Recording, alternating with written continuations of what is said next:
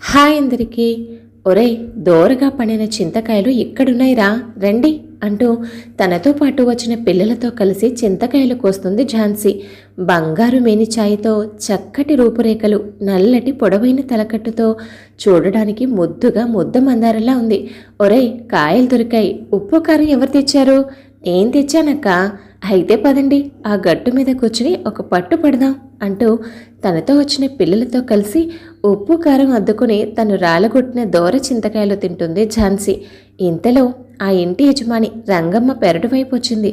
పిల్లలతో కలిసి కూర్చున్న ఝాన్సీని చూసి, అదేంటే పిల్ల, ఇంకా సేపట్లో పెళ్లి చూపులు పెట్టుకుని ఇక్కడ ఈ పిల్లలతో కూర్చుని ఏం చేస్తున్నావు? అవతల పెళ్లివాళ్ళు వచ్చే టైం అవుతుంది. నేనే మీ ఇంటికి రావడానికి కంగారుగా పనిచేస్తుంటే నీకు ఎంత ధీమయ్యే, ఇంకా ఇలా కూర్చున్నావా? వస్తే రాని అత్త, ఆ వచ్చిన వాళ్ళు నన్ను ఇలాగే చూసి వెళ్తారులే అంటూ సమాధానం చెప్పింది ఝాన్సీ. అసలు నిన్ను కాదులే, మీ అమ్మని అనాలి. ఒక్కగానొక్క కూతురువని నిన్ను నెత్తి మీద పెట్టుకుని చూస్తోంది. అందుకే నువ్వు ఇలా తయారయ్యావు. అదే మా రోజుల్లో అయితేనా, నాకు పెళ్లి చూపులు అనుకున్నాక 4 రోజుల ముందు నుంచి మా అమ్మ నన్ను గుమ్మం దాటి బయటికే రానివ్వలేదు తెలుసా. ఎక్కడ నేను ఎండకు నల్లబడిపోతానో అని. ఆ రోజులే వేర్లే అంటూ గేదెలకు గడ్డి వేస్తూ అంటుంది నల్లగా నిగనిగలాడుతున్న రంగమ్మ. ఆమె మాటలకు నవ్వుకున్న ఝాన్సీ, రంగమ్మత్త, నువ్వు తెల్లగా ఉంటావా, మావయ్య తెల్లగా ఉంటాడా అని కొంటెగా అడిగింది. ఆ, నీ వెటకారం నాకు అర్థమైందే. పెళ్ళికి ముందు నేను ఎలా ఉండేదాన్నో మీ మావయ్యని అడుగు చెప్తాడు. ఏదో పెళ్ళయ్యి ఈ ఇంటికి వచ్చాక అత్తింటి వెట్టి చాకరీతో ఇలా అయిపోయాను గాని లేదంటేనా అంటున్న రంగమ్మ మాటలకు ఝాన్సీతో పాటు అక్కడున్న పిల్లలు కూడా నవ్వుకున్నారు.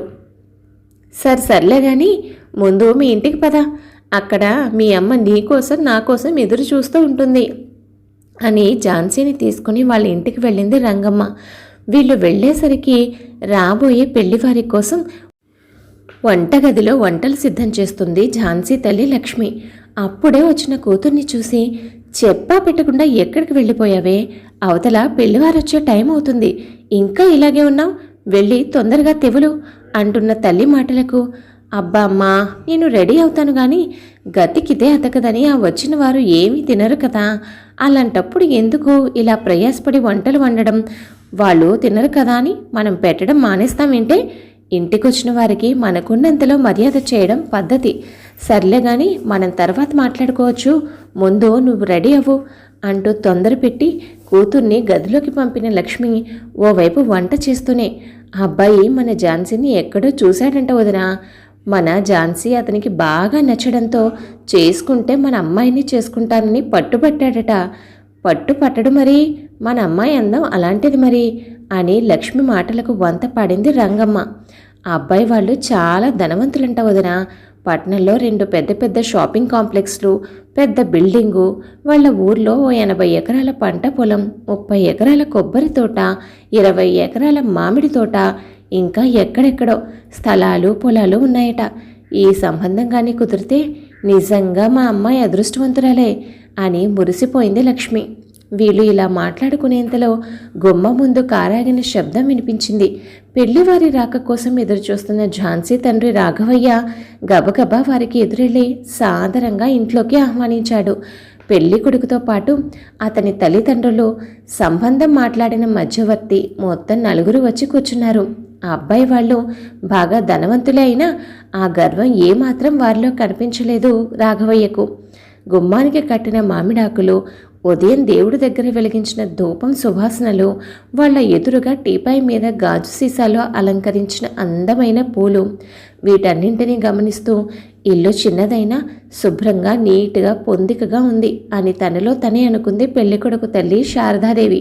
అంతలో అసలే అందమైన ఝాన్సీ అంతకంటే అందంగా రెడీ అయి టీ కప్పులతో వచ్చింది. మగ పెళ్లివారి ముందు తల వంచుకుని కుర్చీలో కూర్చున్న ఝాన్సీతో, కాస్త తలెత్తి అబ్బాయిని చూడమ్మా అన్న మధ్యవర్తి మాటతో చిన్నగా తలెత్తి అబ్బాయిని చూసిన ఝాన్సీ అతన్ని చూసి చూడగానే షాక్ కొట్టినదల్లా ఉండిపోయింది. ఆ అబ్బాయి తండ్రి చంద్రశేఖర్ గారు ఝాన్సీని చూసి, ఆ అమ్మాయి లక్షణంగా లక్ష్మీదేవిలా పద్ధతిగా ఉంది, అందుకేనేమో మా వాడు మీ అమ్మాయిని చేసుకుంటానని అంత పట్టుపట్టాడు. చూడండి బావగారు, అమ్మాయి మా అందరికీ బాగా నచ్చింది. మాకు ఎలాంటి కట్న కానుకలు అవసరం లేదు. పెళ్లి ఖర్చులు కూడా మేమే పెట్టుకుంటాం. మాకున్నది ఒక్కగానొక్క కొడుకు. కూతురు లేని మాకు ఆ లోటును మా కోడలే తీర్చాలి. అందుకే ఆ అమ్మాయి బట్టలు నగలు అన్నీ మేమే చూసుకుంటాం. పెళ్లికి మంచి ముహూర్తం చూసి కబురు పెడతాం. వస్తామండి అంటూ బయలుదేరుతున్న మగపెళ్లి వారితో భోజనం చేసి వెళ్ళండి బావుగారు అన్నాడు రాఘవయ్య. ఇప్పుడు అదేం వద్దండి, గతికితే అతకదంటారు కదా. నాకు కాస్త సెంటిమెంట్లు ఎక్కువే. పెళ్ళయ్యే వరకు అవేమీ వద్దు అని చెప్పి బయలుదేరారు చంద్రశేఖర్ గారు. ఆయన చెప్పి వెళ్ళిన మాటలకి లక్ష్మీ రాఘవయ్య దంపతులు ఎంతో ఆనందించారు. మన ఝాన్సీ అదృష్టం కొద్దీ దానికి ఈ సంబంధం దొరికిందయ్యా అంది లక్ష్మి ఆనందంతో. ఆ మాటకు అది దాని అదృష్టం కాదే, నా అదృష్టం కొద్దీ దానికి సంబంధం దొరికింది అన్నాడు రాఘవయ్య తన భుజం మీద ఉన్న కండువాతో తన చెమర్చిన కళ్ళను అద్దుకుంటూ. వచ్చిన సంబంధం గురించి గొప్పగా చెప్పుకుంటూ మురిసిపోతున్న తల్లిదండ్రులతో నేను ఈ పెళ్లి చేసుకోనని గట్టిగా చెప్పాలనుకుంది ఝాన్సీ. కానీ తల్లిదండ్రులు తన మాట పట్టించుకునే స్థితిలో లేరని అనుకుని ఆగిపోయింది. కోపంగా తన గదిలోకి వెళ్ళి తన అలంకరణ మొత్తం తీసేసి మామూలుగా రెడీ అయ్యి ఎదురింటి రంగమ్మత్త ఇంటికి వెళ్ళింది ఝాన్సీ. ఇంటికి వచ్చిన ఝాన్సీని చూసి, అరే కాబోయే కొత్త పెళ్లి కూతురు వచ్చింది అని ఝాన్సీని ఆట పట్టించింది రంగమ్మ. ఆ మాటకు చిరాకు వేసిన ఝాన్సీ, ఊరుకో అత్త, నువ్వు కూడా మా వాళ్ళలాగే మాట్లాడుతున్నావు అంది కోపంగా. అయినా మీలో మీరు అబ్బాయి బాగున్నాడని, కావలసినంత ఆస్తి, పెద్ద కుటుంబం అని అనేసుకుంటున్నారు. కానీ ఈ పెళ్ళి అసలు నాకు ఇష్టమా కాదా అని నన్ను ఒక్క మాట కూడా అడగాలని అనిపించలేదా అంటున్న ఝాన్సీ పక్కగా కూర్చుని తన భుజం మీద చెయ్యి వేసి, ఏమ్మా ఈ పెళ్లి నీకు ఇష్టం లేదా అని సూటిగా అడిగింది రంగమ్మ. అవునత్త, నాకు ఈ పెళ్లి ఇష్టం లేదు. ఆ విషయం అమ్మ వాళ్లకు చెబుదామంటే వాళ్ళేమో వినే పరిస్థితుల్లో లేరు. ఏం చెయ్యాలో నాకు అర్థం కావడం లేదు అంటున్న ఝాన్సీ మాటలకు ఆరాగా, ఏం తల్లి నీకు ఈ పెళ్లి ఇష్టం లేదా, అసలు పెళ్ళే ఇష్టం లేదా అని అడిగిన రంగమ్మ ప్రశ్నకు, అత్త ఆ పెళ్లి కొడుకు నిజస్వరూపం నీకు తెలియదు. వాడు నేను డిగ్రీ చదువుతున్నప్పుడు మా కాలేజీలోనే చదివేవాడు. మనిషి రూపంలో ఉన్న మృగం వాడు, పరమ వెధవ. ఆ రాహుల్ గాడు వాడితో పాటు ఉండే కొంతమంది వెధవలు కలిసి అమ్మాయి కనబడితే చాలు వెంటపడి వేధించేవారు. కాలేజీలో చదివే మధ్యతరగతికి చెందిన అబ్బాయిలను డబ్బాస చూపించి తన వెనక తిప్పుకొని వాళ్ళకి సిగరెట్టు, మందు, డ్రగ్స్ వంటివి అలవాటు చేసి వాళ్లతో ఒక గ్యాంగ్ మెయింటైన్ చేసేవాడు వాడు. వాడంటే కాలేజీలో అందరికీ భయమే. అలాంటి వాడితో గొడవ ఎందుకని అందరం వాడికి దూరంగానే ఉండేవాళ్ళం. ఒకరోజు నేను జ్వరంగా ఉండడంతో కాలేజ్ మధ్యలోనే పర్మిషన్ తీసుకుని ఇంటికి బయలుదేరాను. మా కాలేజ్ దగ్గర నుంచి మేము ఉండే రూమ్కి వెళ్ళే దారిలో ఒక పాడుబడిన ఇల్లుండేది. ఆ ఇంటి పక్కగా నేను నడుచుకుంటూ వెళ్తూ ఉంటే ఏవో కేకలు నా చెవిన పడ్డాయి. ఏంటా అని ఆ ఇంటి కిటికీ సందులో నుంచి చూసేసరికి అక్కడ రాహుల్ గాడు వాడితో పాటు మరో 3 రౌడీ వెధవలు కలిసి మా కాలేజీలో కొత్తగా వచ్చిన జూనియర్ అమ్మాయి జీవితం నాశనం చేయడానికి ప్రయత్నిస్తూ ఉంటే అది చూసిన నాకు కోపం ఆగలేదు. పూనకం వచ్చిందల్లాగా ఊగిపోతూ పరిగెత్తుకుంటూ లోపలికి వెళ్ళాను. ఆ అమ్మాయి నన్ను ఏం చెయ్యొద్దు వదలమని ఒక్కటే ఏడుపు. ఉన్నట్టుండి నన్ను చూసిన వారందరూ షాక్ అయ్యారు. కోపంతో ఊగిపోతున్న నాకు పక్కనే కనిపించిన ఇనుపరాడు తీసుకుని అందరినీ చితక బాధేశాను. అసలు అంత బలం నాకు ఎక్కడి నుంచి వచ్చిందో ఇప్పటికీ అర్థం కాదు. తర్వాత నేను ఆ అమ్మాయి పెట్టిన కేకలకు చుట్టుపక్కల జనాలొచ్చి నన్ను ఆ అమ్మాయిని పక్కకు పెట్టి ఆ 4 వెధవలకి శుభ్రంగా బడిత పూజ చేసి చావగొట్టి చెవులు మూశారు. ఆ దెబ్బతో వాళ్ళు వేసుకొచ్చిన కారును అక్కడే వదిలేసి వాళ్ళ కాళ్ళకి పని చెప్పారు వాళ్ళ 4. ఆ రోజు నా కారణంగా ఎప్పుడూ ఊహించని ఎదురు దెబ్బ తగలడంతో నా మీద ఆ రాహుల్ గాడు పగపట్టి ఉంటాడు అనుకున్నాను. ఏ రోజు ఏం జరుగుతుందో అని కాస్త భయపడుతూనే ఉన్నాను. కానీ నేను భయపడినట్టుగా ఏం జరగలేదు. మొత్తానికి నా చదువు పూర్తి చేసుకుని కాలేజ్ నుంచి బయటపడ్డాను. ఇన్ని రోజులు వాడి సంగతే మర్చిపోయాను. కానీ ఉదయం వాడిని ఇంట్లో చూసిన తర్వాత తెలిసింది నేను వాడిని మర్చిపోయాను, కానీ వాడు నన్ను మర్చిపోలేదని, నా మీద పగతోనే నా గురించి పూర్తిగా తెలుసుకుని ఇంత నాటకం ఆడి నన్ను పెళ్లి చేసుకోవాలని చూస్తున్నాడు అని. ఇప్పుడు నేను ఏం చేయనత్తా? వాడిని పెళ్లి చేసుకుంటే నా మీద ఉన్న కోపంతో వాడు నా జీవితాన్ని ఎంత నరకప్రాయం చేస్తాడో నాకు తెలుసు. అలా అని వాడిని పెళ్లి చేసుకోకపోయినా వాడు నన్ను వదలడు. నన్నే కాదు, నా కుటుంబాన్ని కూడా ఏదో విధంగా ఇబ్బంది పెట్టి వాళ్ళకి హాని కలిగిస్తాడు. ఇప్పుడేం చేయను రంగమ్మత్త అంటున్న ఝాన్సీ మాటలకు, నువ్వు చెబుతుంటే నాకు కూడా వాడిని తలుచుకుంటే అసహ్యం వేస్తుంది. వాడు నిజంగానే అలాంటి వాడైతే నువ్వు క్షణం కూడా ఆలోచించనక్కర్లేదు. వెంటనే వెళ్ళి అమ్మా నాన్నలతో విషయం చెప్పు. వాడు మంచివాడు అని నమ్మి వాడితో నీ పెళ్లి చేయాలి అనుకున్నారు, కానీ వాడంత దుర్మార్గుడు అని తెలిస్తే వాడి నీడ కూడా నీ మీద పడనివ్వరమ్మా అంటూ ధైర్యం చెప్పింది రంగమ్మ. ఒకరోజు ఝాన్సీ ఇంటి గేటు తీసుకుని లోపలికి వస్తూ ఉంటే గార్డెన్లో కూర్చుని పేపర్ చదువుకుంటున్న చంద్రశేఖర్ గారు, ఈ అమ్మాయి ఏంటి ఇప్పుడు వస్తుంది అన్నట్టు చూశారు ఝాన్సీని. ఆ పక్కనే పూలు కోసుకుంటున్న శారదాదేవి ఝాన్సీతో ఏం మాట్లాడాలో అర్థం కాక, రామ్మా రా కూర్చో, అందరూ బాగున్నారా అంటూ అడిగింది.